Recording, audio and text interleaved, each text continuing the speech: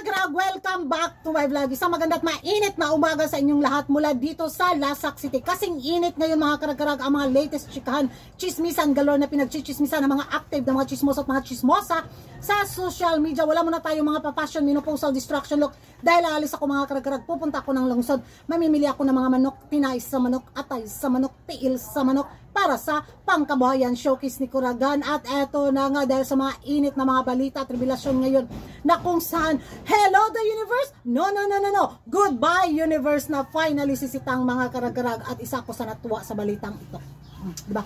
Kung matandaan natin sa pagpasok at sa pamamahala ng hawakan ni Sitang ang Miss Universe Organization, ang Miss Universe Pageant, na kung saan nagkawindang-windang na ito, nawala na yung legacy, yung ano ba, na dating Miss Universe Pageant na nakasanayan natin na ma-excite tayong manood, di ba?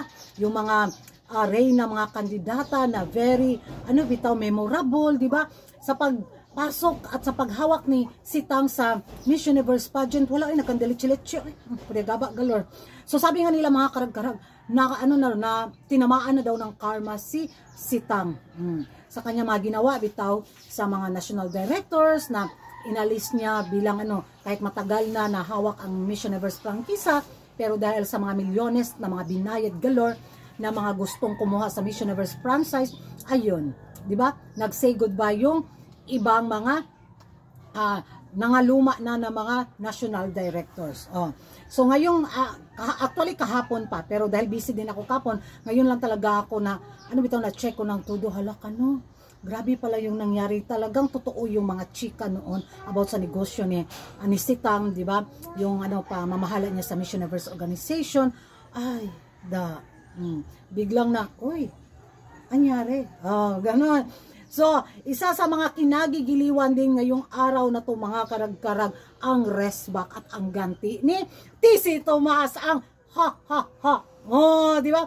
Talagang nag-trending to ngayong araw na to mga karag-karag sa inarma nga, di ba? Parang nakaganti din si TC Tomas mga karag-karag sa ginawa ni ni Sitang sa kanya sa nangyari sa Miss Universe Thailand prangkisa, na kung saan maayos sana nilang hinawakan tapos binigay kay Uncle dahil tumpik yung salaping milyones binayad ni Uncle, di ba?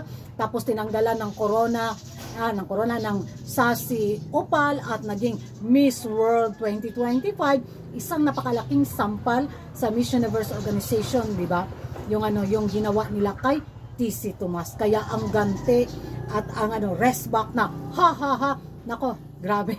As in, maramdaman mo yung kasiyahan ni ni Maring TC Tomas mga karag-karag, na sa kabila ng ginawa nila sa TPN, eto yung nakita nilang outcome, naging successful ang Miss World ni Opal, tapos napalayas, lumayas, nag-resign or whatsoever si Sitang sa Miss Universe Organization, impas galore. So, marami din ang nabahala mga karag-karag kung anong klaseng pamumuno ang masaksihan natin under sa pamamahala ni Paring Raul at ng kanyang bagong inappoint na kapalit ni Sitang. So, yan yung aabangan natin dahil more on kontrobersiya yung magaganap. Di ba? So, abang tayo sa mga latest pasabog nito. So, magiging reaction ko sa pag ni Sitang, ay good job.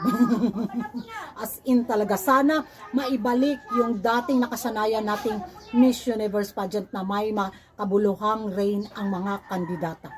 Yung mga, yung kinurunahang Miss Universe Queen, may makabuluhang talaga advokasya na i-share niya sa universe, di ba? Hindi lang yung puro lakad-lakad eksena, mga photoshoot eksena. At least dati nung yun yung na-miss ko sa Miss Universe Pageant mga karag-karag. Ewan ko sa inyo. Ngayon sa pag-alis ni Sitang, anong kaya ang expectation yung mga karag-karag?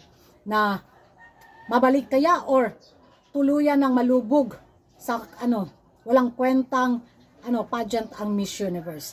Mag-ingay tayo sa comment section at kung hindi ka pa nakapag-subscribe sa YouTube channel ko, don't forget to like and subscribe your Kuragan Karag and hit the notification bell para updated kayo sa mga latest kaganapan sa mundo ng beauty pageant. And thank you for watching. Kay mo adto na kog lungsod mga karag-karag kay init na kayo mag-drive og motor. Diha na mo. Bye.